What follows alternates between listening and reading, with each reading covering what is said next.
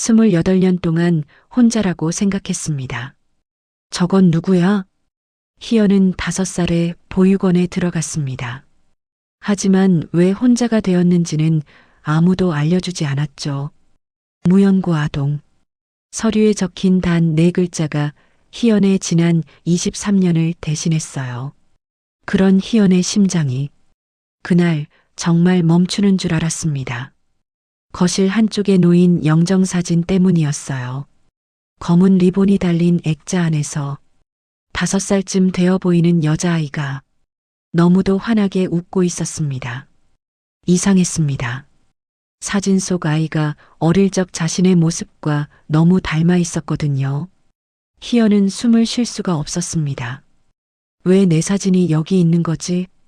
다리에 힘이 풀려 몸이 흔들리는 순간 등 뒤에서 서늘한 목소리가 들려왔습니다. 거기서 뭘 보고 계신 거죠? 희연이 돌아보자 검은 양복을 입은 집사가 서 있었습니다. 그런데 이상하게도 놀란 쪽은 희연이 아니라 그 남자였습니다. 그의 얼굴이 하얗게 질려 있었어요. 희연을 바라보는 눈빛엔 숨기지 못한 공포가 담겨 있었죠. 왜 저렇게 놀라는 걸까요? 희연은 알 수 없었습니다. 하지만 한 가지는 확실했어요. 이 집에 자신과 연결된 비밀이 있다는 것을요. 사연 시작 전 구독과 좋아요를 눌러주시고 어디서 듣고 계신지 댓글로 남겨주시면 그곳으로 따뜻한 행운이 가득하기를 바라겠습니다. 일주일 전이었습니다. 희연은 알람이 울리기도 전에 눈이 떠졌어요. 세월이 몸에 새겨둔 습관이었죠.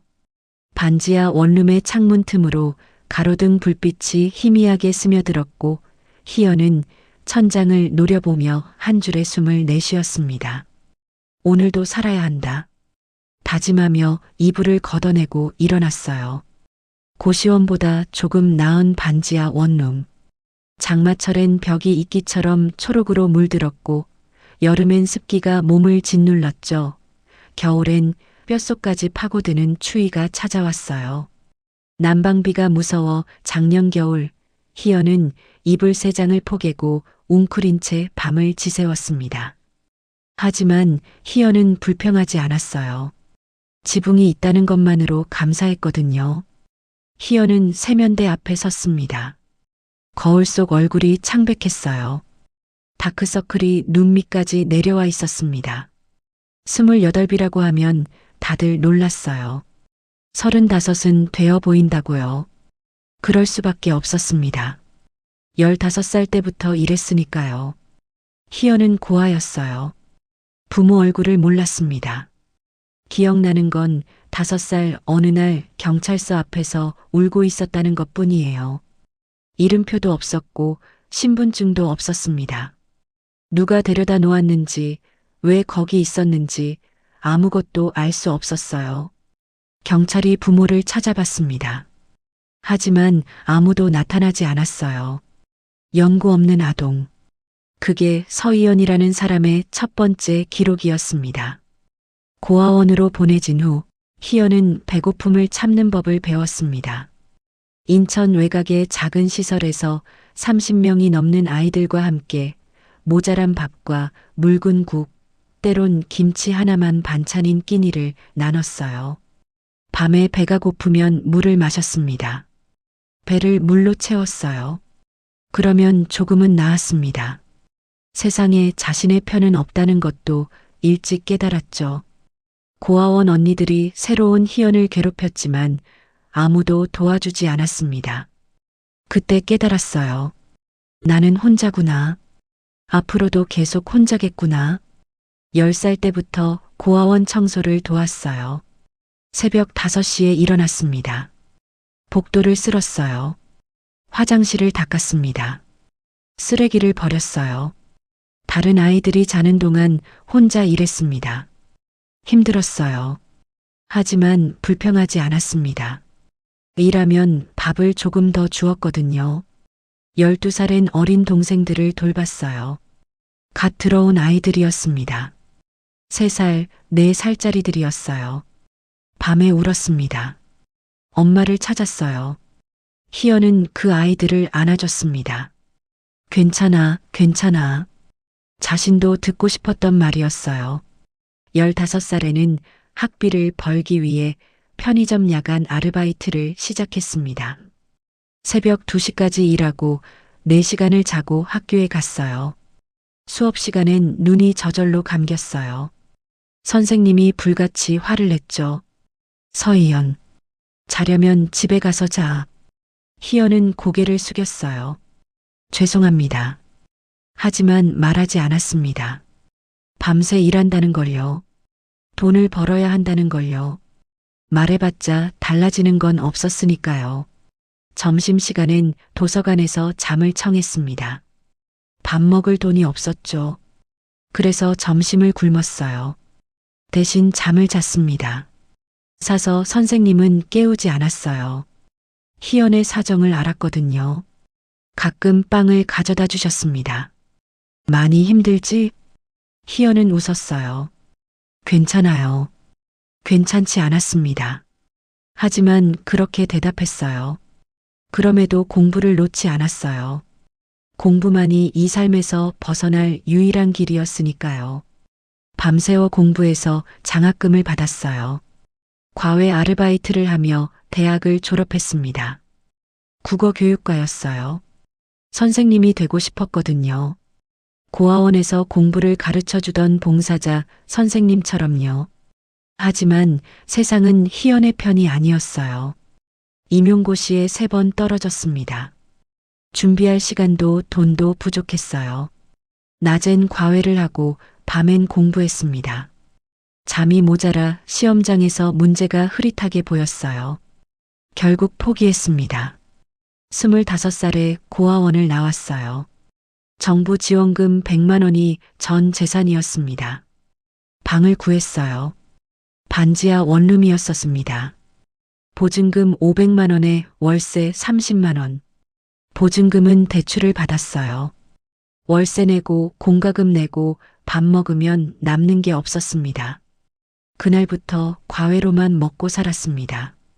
28인 지금까지요. 오늘은 특별한 날이었어요. 새로운 학생 첫 과외 날이었습니다. 희연은 거울을 보며 머리를 정돈했어요. 유일하게 괜찮은 블라우스를 꺼내 입었습니다. 다림질 자국이 선명했어요. 아끼고 아껴서 면접이나 중요한 날에만 입는 옷이었습니다. 오늘 학생은 정말 특별했어요. 태림그룹 회장 손녀였거든요. 한 달 과외비가 300만 원이었습니다. 희연은 처음에 눈을 의심했어요. 전화기 화면을 몇 번이나 다시 봤습니다. 정말 300만 원이었어요. 희연의 넉 달치 생활비였습니다. 이 과외만 잘 끝내면 반년은 숨통이 트일 거예요. 희연은 작은 가방을 메고 집을 나섰습니다. 반지하 계단을 올라가는데 햇빛이 눈부셨어요. 지하철을 타고 1시간 반을 갔습니다. 강남을 지나 더 깊은 곳으로요. 산을 하나 넘었습니다. 높은 담장과 가로수 길이 나타났어요.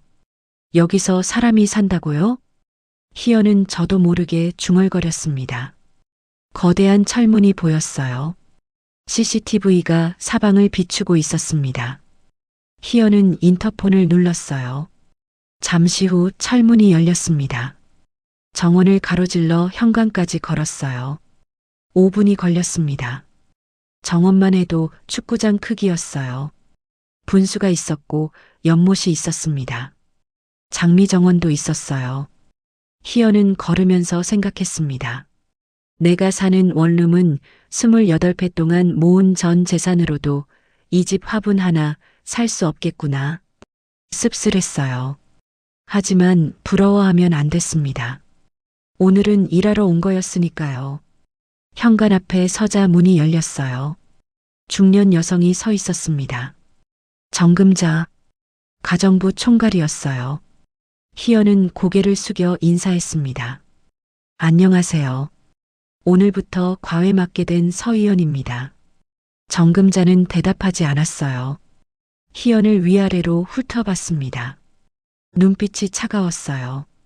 마치 벌레를 보는 것 같은 눈이었습니다. 희연은 익숙했어요.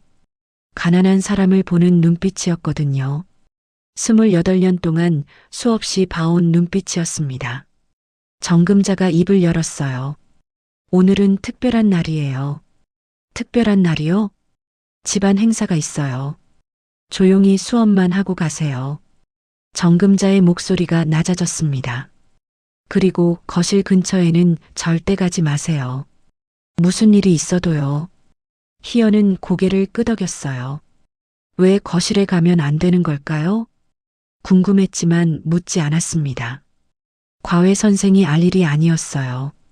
복도를 따라 2층으로 올라갔습니다. 긴 복도 끝에 방이 있었어요. 문을 두드리자 짧은 대답이 들려왔습니다. 들어오세요. 서지원이었어요. 18살. 고등학교 3학년. 태림그룹 회장의 유일한 손녀였습니다. 지원은 책상에 앉아 있었어요. 수험서가 쌓여 있었습니다. 얼굴이 창백했어요. 다크서클이 깊었습니다. 희연은 지원의 얼굴을 보는 순간 어린 시절 자신을 보는 것 같았어요. 3시간 동안 국어 수업을 했습니다. 지원은 똑똑했어요. 하지만 집중을 못했습니다. 손톱을 물어뜯는 버릇이 있었어요. 시험 얘기만 나오면 눈이 흔들렸습니다. 희연은 알 수 있었어요. 이 아이도 힘들구나. 돈이 많다고 행복한 게 아니었습니다. 희연은 지원에게 쉬었다 하자고 했어요. 잠시 휴식 시간이었습니다. 목이 탔어요. 침 한 모금 넘기기도 힘들었습니다. 희연은 조심스럽게 문을 열었어요. 화장실을 찾아야 했습니다. 복도는 어두웠어요. 낮에도 커튼을 치는 집이라더니 더욱 음침했습니다. 발소리를 죽이며 걸었어요. 정금자가 신신당부했거든요. 절대 거실 쪽으로 나오지 말라고요. 화장실 표시를 찾았습니다. 1층에 있다고 적혀 있었어요. 계단을 내려갔습니다.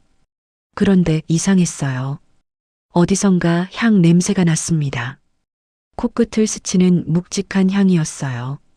그리고 희미하게 울음소리가 들렸습니다. 희연은 발걸음을 멈췄어요. 누가 울고 있었습니다. 낮게 흐느끼는 소리였어요. 거실 쪽에서 들려왔습니다. 까지 말아야 했어요.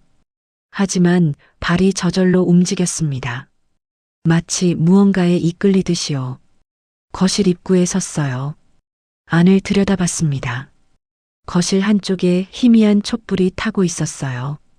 향이 피워져 있었습니다. 제사상 같은 게 차려져 있었어요. 그리고 그 앞에 여자가 무릎을 꿇고 있었습니다. 50대 중반쯤 되어 보였어요. 단정한 한복을 입고 있었습니다. 어깨가 들썩이고 있었어요. 울고 있었습니다. 회장 부인인가 봐요. 희연은 돌아서려고 했습니다. 그때 눈에 들어온 게 있었어요. 제사상 뒤에 놓인 액자였습니다. 영정사진이었어요. 5살쯤 된 여자아이가 환하게 웃고 있었습니다. 희연의 심장이 멈추는 것 같았어요. 사진 속 아이의 얼굴이 어릴 적 자신의 모습과 너무도 닮아 있었거든요. 눈매, 웃을 때 생기는 왼쪽 보조개, 고개를 살짝 오른쪽으로 기울이는 습관까지요. 희연은 저도 모르게 한 발짝 앞으로 나갔습니다. 바닥이 삐걱거렸어요. 무릎 꿇고 있던 여자가 고개를 들었습니다. 눈이 마주쳤어요. 여자의 눈이 휘둥그레졌습니다. 희연의 얼굴을 보더니 입을 벌렸어요. 아무 말도 나오지 않는 것 같았습니다. 그때 등 뒤에서 서늘한 목소리가 들려왔어요. 거기서 뭘 보고 계신 거죠? 희연이 돌아봤습니다. 남자가 서 있었어요. 50대 초반쯤 되어 보였습니다. 검은 양복을 입고 있었어요. 눈빛이 날카로웠습니다. 강태식, 저택의 집사였어요. 그런데 이상했습니다. 강태식의 얼굴이 하얗게 질려 있었어요.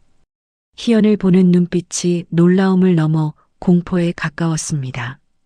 왜 저렇게 놀라는 걸까요? 희연은 말을 더듬었어요. 죄송합니다. 화장실을 찾다가 길을 잃었어요. 강태식이 빠르게 다가왔습니다. 희연의 팔을 잡았어요. 힘이 셌습니다. 여긴 과외 선생님이 올 곳이 아닙니다.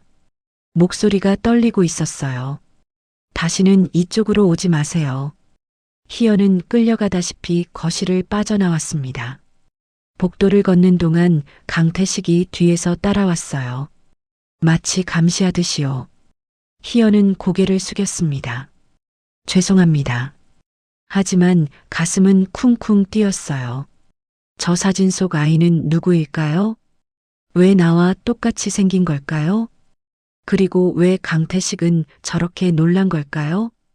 희연은 그날 밤 잠을 이룰 수 없었습니다. 영정사진 속 아이의 얼굴이 자꾸만 떠올랐어요. 23년 전에 죽었다는 재벌가의 딸. 그 아이와 자신이 왜 똑같이 생긴 걸까요? 우연일까요? 아니면 우연이 아닐까요? 희연은 알 수 없었습니다. 하지만 한 가지는 확실했어요. 이 집에 자신과 연결된 비밀이 있다는 것을요. 일주일이 지났어요. 희연은 매일 저택에 출근해 지원을 가르쳤습니다. 하지만 머릿속에서 그 사진이 떠나지 않았어요. 5살 여자아이, 왼쪽 보조개, 고개를 오른쪽으로 기울이는 버릇, 자신의 어린 시절과 완벽히 일치했습니다. 우연이라고 하기엔 너무 많은 게 똑같았어요. 희연은 지원에게 조심스럽게 물었습니다. 지원아, 저번에 제사 지내시던데 누구 기일이었어? 지원의 표정이 굳었어요.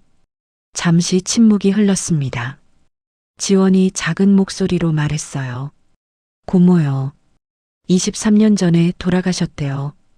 5살 때였대요. 희연의 숨이 멎는 것 같았습니다. 23년 전 5살. 그건 희연이 경찰서 앞에서 발견된 나이와 정확히 일치했어요. 어떻게 돌아가셨어? 희연이 다시 물었습니다. 지원이 고개를 저었어요.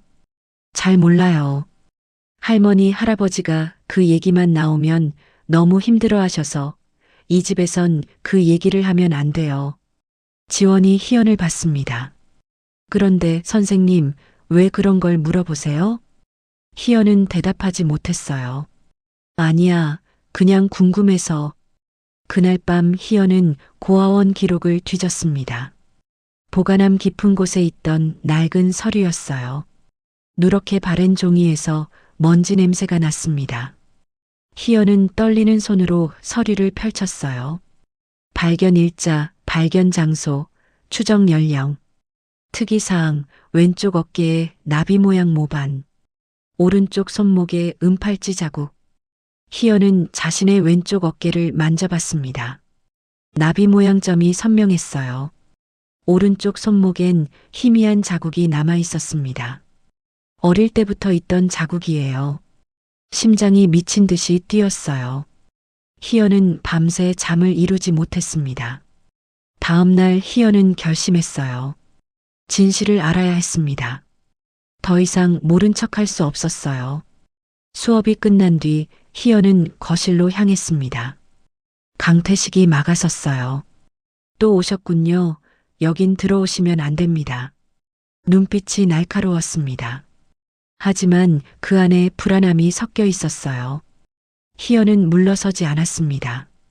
저 사진 속 아이가 누군지 알아야겠어요. 강태식의 눈이 흔들렸어요. 왜요?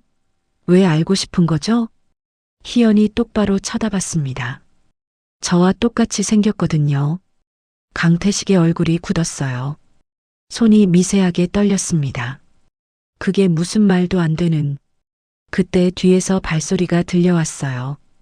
50대 후반의 남자가 서 있었습니다. 태림그룹 회장 서우진이었어요. 무슨 일이야?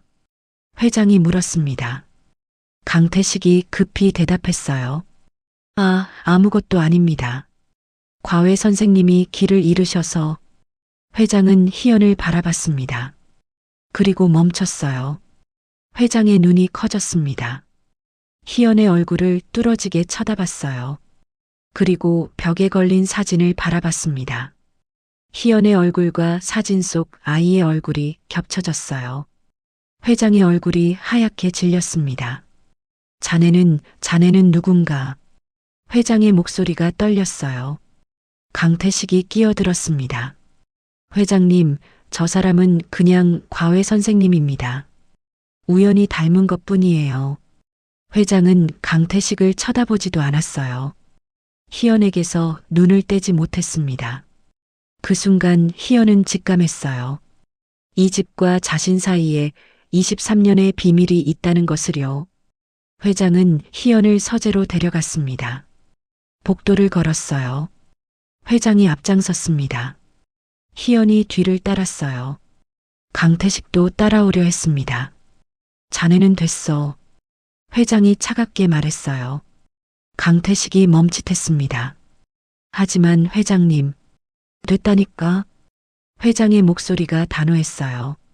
강태식은 그 자리에 멈췄습니다. 희연은 뒤를 돌아봤어요. 강태식의 얼굴이 일그러져 있었습니다. 불안함과 분노가 뒤섞인 표정이었어요. 왜 저런 표정을 짓는 걸까요? 희연은 고개를 돌렸습니다. 회장을 따라갔어요. 서재는 2층에 있었습니다. 햇빛이 비스듬히 들어왔어요. 한미경도 있었어요. 그날 거실에서 울고 있던 여자였습니다. 회장 부인이었어요. 미경은 희연을 보자마자 또 눈물을 흘렸습니다. 이럴 수가, 세상에, 이럴 수가. 다리가 풀리는 듯 의자에 주저앉았어요. 희연은 혼란스러웠습니다. 저를 왜 이렇게 보시는 거예요? 회장이 소파에 앉았습니다. 자네도 앉게. 희연이 소파에 앉았어요. 미경도 옆에 앉았습니다. 희연에게서 눈을 떼지 못했어요. 회장이 느리게 말을 시작했습니다. 23년 전 우리에게 딸이 있었어요. 서윤아, 5살이었습니다. 희연은 숨을 멈췄습니다. 그해 5월 어린이날 놀이공원에 갔어요. 사람이 많았습니다. 어린이날이라 인파가 엄청났어요. 회장이 눈을 감으며 말했습니다. 잠깐 손을 놓친 사이 아이가 사라졌어요. 미경이 울기 시작했습니다. 고개 돌렸을 때는 이미 없었어요. 유나가, 우리 유나가. 희연은 아무 말도 할 수 없었습니다. 경찰을 불렀어요. 온 나라를 뒤졌습니다. 현상금도 걸었죠. 회장의 목소리가 가라앉았어요. 그런데 열흘 뒤에 연락이 왔습니다. 경찰에서요. 희연은 심장이 쿵쾅거렸어요. 인천에서 신원불명 여아 시신이 발견됐다고 했어요. 나이와 체격이 우리 딸과 비슷하다고요. 회장의 손이 떨렸습니다. 시신 상태가 너무 안 좋았어요. 얼굴을 알아볼 수가 없었습니다. 미경이 흐느꼈어요. 하지만 옷이 같았어요. 그날 유나가 입었던 옷이었어요. 회장이 눈을 감았습니다. 우리는 그게 유나라고 믿었어요. 장례를 치렀습니다. 23년 동안 제사를 지내왔어요. 희연은 아무 말도 할 수 없었습니다. 머릿속이 하얘졌어요. 회장이 희연을 바라봤습니다. 그런데 자네 얼굴을 보니까 그의 목소리가 떨렸어요. 우리 딸이 살아서 컸으면 저런 모습이었을 것 같아요. 미경이 의자에서 일어났습니다. 희연에게 다가왔어요. 혹시 왼쪽 어깨에 점이 있니? 희연의 숨이 멎었습니다. 나비 모양 점. 미경의 눈이 커졌어요. 우리 유나한테 그 점이 있었어. 태어날 때부터. 희연은 떨리는 손으로 블라우스 어깨를 내렸습니다. 나비 모양 모반이 드러났어요. 미경이 비명을 질렀습니다. 회장의 눈에서 눈물이 흘러내렸어요. 유나야, 우리 유나야. 미경이 희연을 끌어안았습니다. 희연은 얼어붙은 채 서 있었어요. 이게 무슨 일이에요? 무슨 일이 벌어지고 있는 거예요? 희연은 혼란스러웠습니다. 갑자기 이 사람들이 자신을 딸이라고 불렀어요. 하지만 확신할 수 없었습니다. 우연일 수도 있잖아요. 희연이 말했어요. 점이 비슷하다고 해서 꼭 저라는 법은 없잖아요. 회장이 고개를 끄덕였습니다. 그가 희연을 바라봤어요. DNA 검사를 해볼 수 있겠나?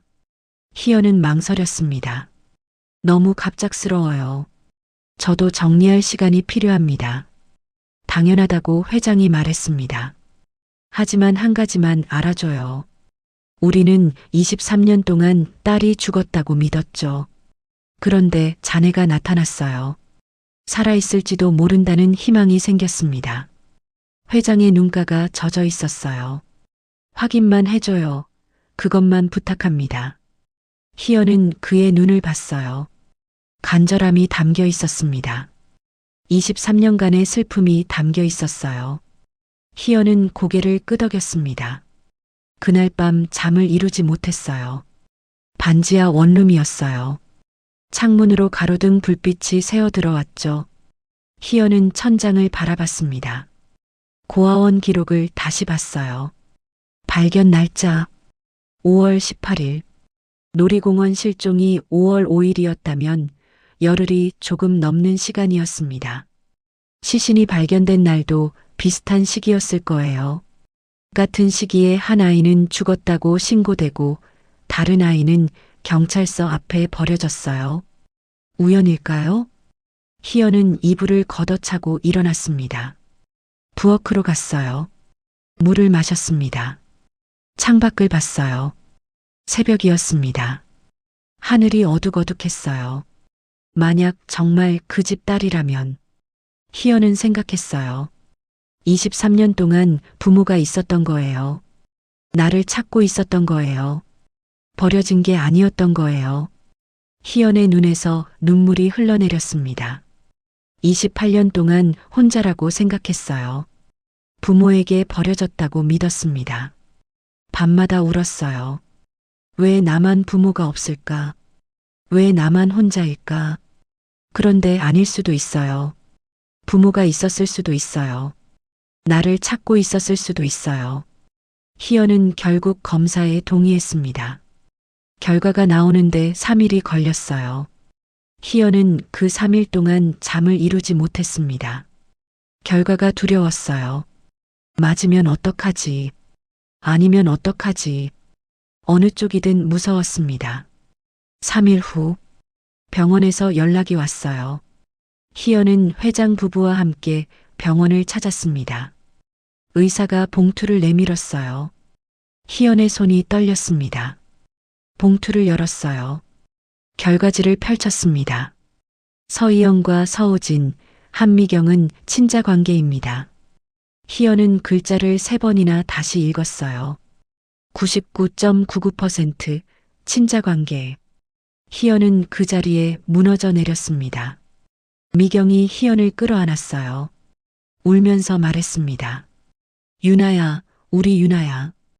회장도 무릎을 꿇었습니다. 눈물이 볼을 타고 흘러내렸어요. 23년이야. 23년 동안 널 죽은 줄 알았어. 희연은 아무 말도 할 수 없었습니다. 눈물만 흘렀어요. 28년 동안 혼자라고 생각했습니다. 부모에게 버려졌다고 믿었어요. 하지만 아니었습니다. 부모는 자신을 찾고 있었어요. 23년 동안요. 하지만 희연은 울다가 멈췄습니다. 뭔가 이상했어요. 그런데요. 희연이 떨리는 목소리로 말했습니다. 23년 전에 발견된 시신은 누구예요? 침묵이 흘렀어요. 회장의 얼굴이 굳었습니다. 그리고 나는 어떻게 경찰서 앞에 버려진 거예요? 희연이 회장을 똑바로 봤습니다. 회장의 손이 떨렸어요. 희연이 말을 이었습니다. 그런데 왜 저를 경찰서 앞에 버렸을까요? 아무도 대답하지 못했습니다. 누군가 이 모든 걸 계획했어요. 희연의 눈빛이 단단해졌습니다. 저는 그 사람을 찾을 거예요. 희연은 조사를 시작했어요. 집으로 돌아왔습니다. 반지하 원룸이었어요. 컴퓨터를 켰습니다. 23년 전 신문 기사를 검색했어요. 태림그룹 회장 딸 실종. 기사가 떴습니다. 5월 5일 어린이날 서우진 태림그룹 회장의 딸 서윤아 서울 모 놀이공원에서 실종됐다. 희연은 계속 읽었습니다. 경찰은 유괴 가능성을 열어두고 수사 중이다. 서 회장 측은 10억 원의 현상금을 내걸었다. 다음 기사를 찾았어요. 태림그룹 회장 딸 숨진 채 발견. 5월 15일 인천 부평구의 한 공터에서 신원불명 여아 시신이 발견됐다. 경찰은 DNA 검사 결과 실종된 서윤아 양과 일치한다고 밝혔다. 희연은 고개를 갸웃거렸습니다.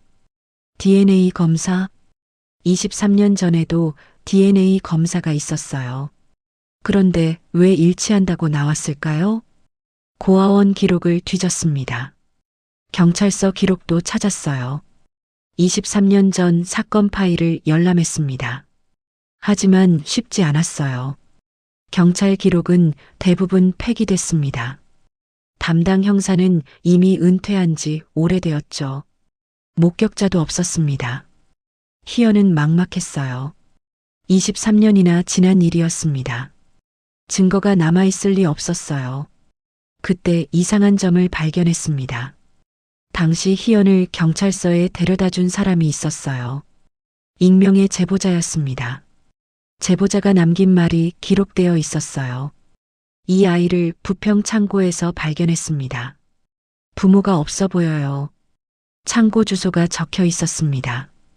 희연은 그 주소를 찾아갔어요. 인천 외곽이었습니다. 버스를 3번 갈아타고 1시간 반을 갔어요. 허름한 창고였습니다. 지금은 폐허가 되어 있었어요. 문짝이 떨어져 나갔고 지붕엔 구멍이 뚫려 있었습니다. 희연은 창고 안으로 들어갔어요. 먼지가 자욱했습니다. 쥐가 달아나는 소리가 들렸어요. 썩은 나무 냄새가 코를 찔렀습니다. 여기서 내가 발견됐구나. 희연은 천천히 걸었습니다. 창고 구석구석을 뒤졌어요. 오래된 박스들, 녹슨 공구들, 부서진 가구들. 아무것도 없었습니다. 포기하려는 순간이었어요. 발에 뭔가 걸렸습니다. 바닥 널빤지가 들떠 있었어요. 희연은 무릎을 꿇었습니다. 널빤지를 들어 올렸어요. 그 밑에 뭔가 있었습니다. 비닐에 쌓인 낡은 서류 뭉치였어요. 희연은 떨리는 손으로 비닐을 벗겼습니다. 오래된 일기장이었어요. 첫 페이지를 펼쳤습니다. 이름이 적혀 있었어요. 강만수, 그 이름이 낯익었습니다. 어디서 들었을까요? 희연은 계속 읽었어요. 일기장에는 모든 것이 적혀 있었습니다. 태림그룹에서 15년을 일했다. 내 힘으로 전무까지 올라갔다. 그런데 횡령 혐의를 뒤집어 썼다. 서우진 그 자식이 나를 버렸다. 희연의 손이 떨렸어요. 반드시 복수할 것이다. 다음 페이지로 넘겼습니다. 5월 5일. 계획대로 아이를 데려왔다. 서우진의 딸이다. 이름은 서윤아. 희연의 심장이 쿵쾅거렸어요. 5월 10일. 아이를 처리할 생각이었다. 하지만 조카 태식이가 말렸다. 아이한테 무슨 죄가 있냐고 대신 다른 방법을 쓰기로 했다. 희연은 숨을 멈췄습니다. 5월 15일. 신원불명 여아 시신을 구했다. 교통사고로 죽은 아이라고 했다. 시신에 유나 옷을 입혔다. 손이 떨려서 책장을 넘기기 힘들었어요. 5월 17일. 경찰에 익명신고를 했다. 서우진 딸의 시신을 발견했다고. 서우진은 딸이 죽었다고 믿을 것이다. 희연은 의문이 들었어요. DNA 검사를 했는데 왜 일치했을까요? 다음 문장에 답이 있었습니다. 태식이가 검사를 조작했다. 병원에서 일하는 친구가 있다고 했다. 돈을 주고 결과를 바꿨다. 희연은 분노가 치밀어 올랐어요. 조작이었어요. 처음부터 모든 게 조작이었습니다. 희연의 눈에서 눈물이 흘러내렸습니다. 5월 18일.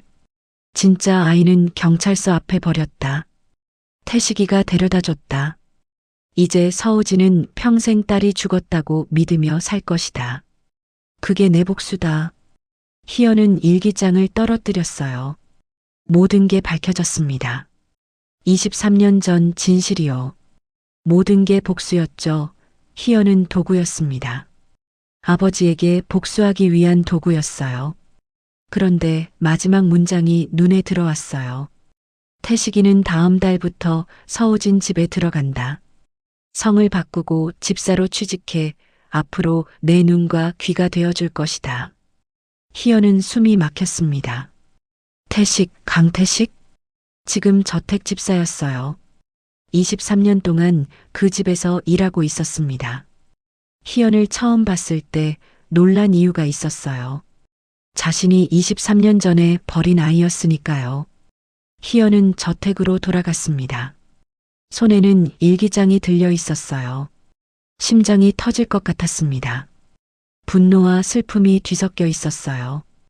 강태식을 찾았습니다. 강태식은 정원에서 장미를 돌보고 있었어요. 평화로운 오후였습니다. 아무 일도 없다는 듯이요. 희연이 다가오자 고개를 들었습니다. 뭔가 용무라도 있나요?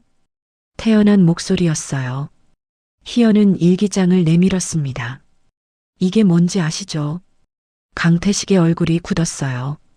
눈이 휘둥그레졌습니다. 그게 어디서? 희연이 말했습니다. 당신 삼촌 창고에 있었어요. 강만수, 당신 삼촌이죠? 강태식의 얼굴이 하얗게 질렸어요. 희연이 한 걸음 다가갔습니다. 23년 전 당신이 저를 경찰서 앞에 버렸어요. 그리고 다른 아이 시신에 제 옷을 입혀서 부모님한테 보냈죠. 희연의 목소리가 높아졌어요. 제가 나타났을 때 왜 그렇게 놀랐는지 이제 알겠어요. 죽은 줄 알았던 아이가 살아서 돌아왔으니까요. 강태식의 손이 떨렸습니다. 그 뒤로 이름을 바꾸고 이 집에 들어왔어요. 23년 동안 집사로 일하면서 아무것도 모르는 척했죠. 강태식이 뒷걸음질 쳤습니다. 아니야, 그건. 희연이 다가갔어요. 23년이에요. 희연의 목소리가 떨렸습니다. 저는 23년 동안 고아로 살았어요. 부모가 저를 버렸다고 믿었고 추운 겨울에 얼고 더운 여름에 굶으면서 혼자 살았어요. 희연의 눈에서 눈물이 흘러내렸습니다. 15살 때부터 일했어요. 새벽 2시까지 편의점에서 일하고 4시간 자고 학교에 갔죠. 매일 배고파서 울고 외로워서 울었어요. 왜 나만 부모가 없을까? 왜 나만 혼자일까? 매일 밤 그렇게 생각했다고요. 희연이 강태식을 똑바로 쳐다봤습니다. 그런데 그게 다 당신들 때문이었어요. 강태식이 침묵했어요. 한참 동안 아무 말도 하지 않았습니다. 희연은 기다렸어요. 강태식이 입을 열었습니다. 그래서 어쩔 건데요? 그의 태도가 갑자기 바뀌었어요. 얼굴에서 두려움이 사라졌습니다. 대신 차가운 미소가 떠올랐어요. 희연은 멈칫했어요. 증거가 있어요? 강태식이 한 발짝 다가왔습니다. 삼촌은 5년 전에 죽었어요. 일기장 따위 법정에서 효력이 없어요. 희연은 가만히 서 있었습니다. 강태식이 비웃었어요. 설령 사실이라고 해도 공소시효가 지났어요. 나한테 아무것도 못해요. 그의 눈빛이 싸늘했습니다. 23년 동안 아무도 몰랐어요. 앞으로도 마찬가지예요. 당신이 뭘 알았든 상관없어요. 증명할 수 없으니까. 강태식이 등을 돌렸습니다. 이제 그만 가세요. 과외는 오늘부로 끝이에요. 희연은 움직이지 못했어요. 가슴이 무너지는 것 같았습니다. 23년을 기다렸는데, 진실을 찾았는데, 아무것도 할 수 없다고요? 그때 뒤에서 발소리가 들려왔습니다. 강태식이 돌아봤어요. 회장이 서 있었습니다. 경찰도 함께였어요. 강태식의 얼굴이 일그러졌습니다. 회장님? 회장이 천천히 다가왔어요. 공소시효가 지났다고 했나? 회장의 눈빛이 차가웠습니다. 유괴죄 공소시효는 피해자가 성인이 된 후 10년까지야. 우리 딸은 이제 28이지. 강태식의 얼굴이 하얗게 질렸어요.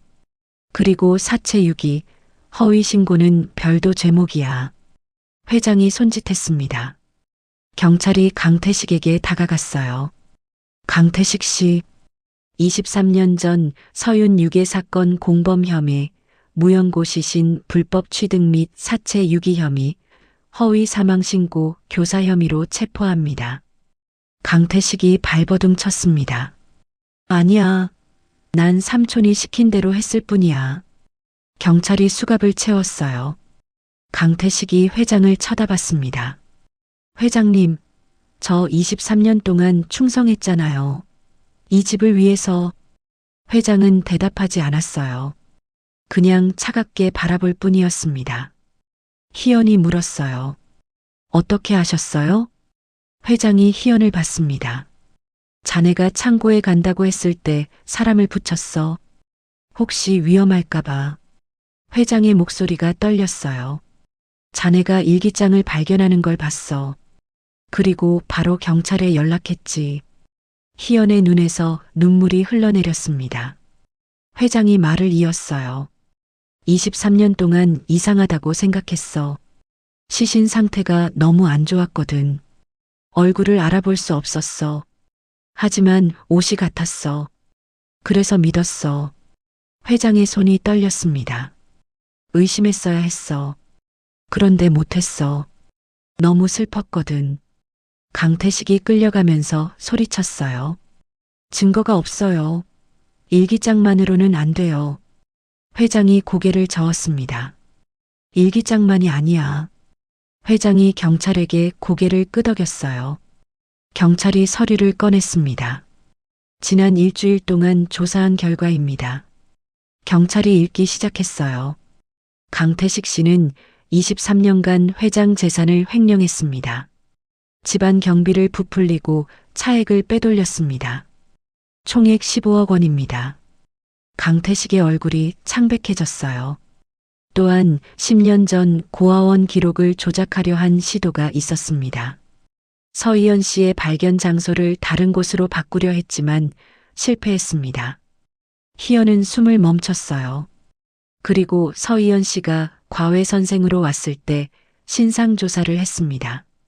자신의 과거와 연결될까봐 확인한 것으로 보입니다. 모든 게 드러났습니다. 강태식이 고개를 떨궜어요. 더 이상 변명할 수 없었습니다. 경찰이 그를 끌고 갔어요. 23년 동안 숨어 살았던 죄의 대가였습니다. 재판이 열렸어요. 법정이 사람들로 가득 찼습니다. 기자들이 왔어요. 태림그룹 회장 딸 23년 만에 생존 확인. 전 집사 유괴 공범으로 기소. 뉴스에서 연일 보도했습니다. 강태식은 모든 혐의를 부인했습니다. 저는 삼촌 지시에 따랐을 뿐입니다. 강만수 씨가 모든 걸 계획했어요. 저는 어쩔 수 없었습니다. 하지만 증거가 너무 많았어요. 일기장, 횡령 기록, 고아원 기록 조작 시도 흔적, 희연 신상조사 기록. 강태식의 얼굴이 일그러졌어요. 검사 말했습니다. 또한 피고인은 23년간 피해자 가정에 침투해 재산을 횡령했습니다. 총액 15억 원입니다. 방청석이 술렁였습니다. 그리고 마지막 증인이 있었습니다. 희연이었어요. 법정에 선 희연은 담담하게 증언했습니다. 어두운 창고에서 며칠을 울었어요. 배가 고팠습니다. 무서웠어요. 엄마를 불렀습니다. 하지만 아무도 오지 않았어요. 희연의 눈에서 눈물이 흘러내렸어요. 그러다 경찰서 앞에 버려졌어요. 그때부터 저는 고아였습니다. 23년 동안 혼자였어요. 방청석에서 흐느끼는 소리가 들렸습니다. 미경이었어요. 회장도 눈물을 닦고 있었습니다. 희연이 말을 이었어요. 저는 부모님이 저를 버렸다고 생각했어요. 세상 누구도 저를 원하지 않는다고 생각했습니다. 희연이 강태식을 똑바로 쳐다봤습니다. 하지만 진실은 달랐습니다. 부모님은 저를 찾고 계셨어요. 그런데 이 사람이 저를 죽였다고 속였습니다. 법정이 술렁였어요. 희연의 목소리가 떨렸습니다. 제 부모님은 23년간 제 제사상을 차렸어요. 살아있는 딸 제사를요. 그게 이 사람이 한 일입니다. 판사가 판결을 내렸습니다. 피고인 강태식, 유괴 공범, 사체 유기, 허위 신고 교사, 횡령, 증거 인멸 시도 혐의로 징역 25년을 선고합니다. 강태식이 비명을 질렀어요. 아니야. 삼촌이 시킨 거라고. 난 그냥. 하지만 경찰이 그를 끌고 갔습니다. 법정 문이 닫혔어요. 23년의 악몽이 끝나는 순간이었습니다. 판결이 끝난 뒤 희연은 저택으로 돌아왔어요. 법원에서 차로 1시간이 걸렸습니다. 창밖으로 풍경이 지나갔어요. 희연은 멍하니 밖을 봤습니다. 가족이 기다리고 있었습니다. 미경이 희연을 안았어요. 다 끝났어. 이제 우리 함께 살자. 희연은 고개를 끄덕였습니다. 하지만 눈물이 멈추지 않았어요. 23년이에요. 희연이 떨리는 목소리로 말했습니다. 저는 23년 동안 엄마 아빠가 저를 버렸다고 생각했어요. 원망했어요. 미워했어요. 미경이 희연의 얼굴을 감싸 안았습니다. 알아, 다 엄마 잘못이야. 희연이 고개를 저었어요. 아니에요. 엄마 잘못이 아니에요. 희연이 미경의 눈을 바라봤습니다. 엄마는 저를 버린 게 아니었어요. 빼앗긴 거였어요. 그 말이 미경을 또 울게 했습니다. 23년 동안 자신이 아이를 버렸다는 죄책감에 시달렸던 그 여인이 이제 그 죄책감에서 조금이나마 벗어날 수 있게 되었어요. 희연이 처음으로 미경을 안았습니다. 따뜻했어요. 그 온기는 단순한 신체의 열이 아니었죠. 23년을 기다린 사랑의 온도였습니다. 회장이 다가왔어요. 희연의 손을 잡았습니다. 23년 동안 너를 찾지 못해서 미안하다. 그의 눈에도 눈물이 고여 있었어요. 시신이 발견됐을 때 옷이 같았어. 우리는 그게 너라고 믿었어. 의심하지 못했어. 회장의 목소리는 자책으로 가득했습니다. 하지만 그것은 누군가의 악의로 인한 필연적인 비극이었죠. 희연이 아버지의 손을 꽉 잡았습니다. 아빠 잘못이 아니에요. 속은 거잖아요. 지원이 달려왔어요. 고모. 희연이 지원을 안았습니다. 이제 고모라고 불러도 되는 거죠? 당연하지. 가족이 함께 안았어요. 처음으로 네 사람이 함께한 순간이었습니다. 서로를 감싸안은 그들의 포옹에는 23년의 시간이 모두 담겨 있었어요. 희연은 그제야 알았죠. 이게 가족이구나. 23년 동안 그리워했던 온기였습니다. 그 온기는 계절의 따뜻함이 아니라 누군가와 연결되어 있다는 근본적인 안도감이었고 세상에서 혼자가 아니라는 깨달음이었습니다. 6개월 후 희연은 태림복지재단 이사장으로 취임했습니다. 23년 전 자신처럼 가족을 잃은 아이들을 돕는 재단이었어요. 취임식이 열렸습니다. 강당에 사람들이 가득 찼어요. 기자들이 왔습니다. 카메라 플래시가 터졌어요. 희연이 연단에 섰습니다. 마이크 앞에 섰어요. 저는 고아원에서 자랐어요. 희연이 말을 시작했습니다. 5살 때부터 25살까지 20해를 고아원에서 보냈어요. 청중이 조용해졌어요. 세상에 제 편은 없다고 생각했어요. 희연의 목소리가 떨렸습니다. 부모에게 버려졌다고 믿었어요. 아무도 저를 원하지 않는다고 생각했어요. 희연이 가족석을 바라봤어요. 미경과 회장, 지원이 앉아 있었습니다. 하지만 틀렸어요. 희연이 미소를 지었습니다. 세상에는 따뜻한 손길이 있어요. 저는 23년 만에 그걸 알았어요. 청중에서 박수가 터져 나왔어요. 희연이 말을 이었습니다. 저는 운이 좋았어요. 가족을 다시 찾았으니까요.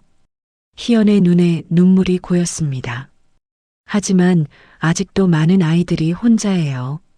가족을 찾지 못한 아이들이요. 희연이 청중을 바라봤어요. 저는 그 아이들에게 손을 내밀고 싶어요. 희연의 목소리가 단단해졌습니다. 저처럼 혼자라고 느끼는 아이들에게요. 세상에 내 편이 있다고 말해주고 싶어요. 박수가 터져 나왔습니다. 미경이 눈물을 닦고 있었어요. 회장도 미소를 짓고 있었습니다. 희연은 연단에서 가족을 바라봤어요. 23년 동안 찾아 헤맸던 것이었습니다. 이제 찾았어요. 가족을요. 사랑을요. 그리고 이제 그걸 나눠주려고 해요. 1년 후 5월 5일 어린이날이었어요.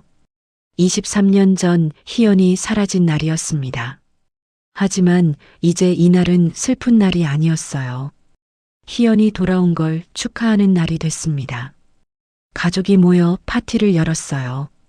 저택 정원에서요. 장미가 활짝 피어 있었습니다. 테이블이 차려져 있었죠. 음식이 가득했습니다. 지원이 케이크를 들고 왔어요. 고모, 촛불 불어요. 희연이 케이크 앞에 섰습니다. 촛불이 29개 꽂혀 있었어요. 미경이 말했습니다. 소원 빌어. 희연은 눈을 감았어요. 한참을 생각했습니다. 눈을 떴어요. 이미 이루어졌어요. 희연이 웃었습니다. 저는 가족을 찾았거든요. 촛불을 불었어요. 29개의 불꽃이 한꺼번에 꺼졌습니다. 박수가 터져 나왔어요. 희연은 가족을 바라봤습니다. 아버지, 어머니, 조카, 23년 동안 꿈꿔왔던 풍경이었어요. 이제 현실이 됐습니다. 미경이 희연에게 다가왔어요. 유나야, 네 엄마.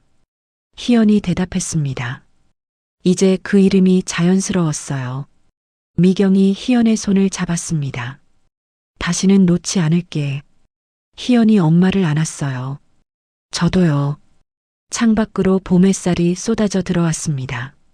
장미 향기가 바람에 실려왔어요. 새들이 노래했습니다. 23년 만에 찾은 봄이었어요. 길고 긴 겨울이 끝났습니다.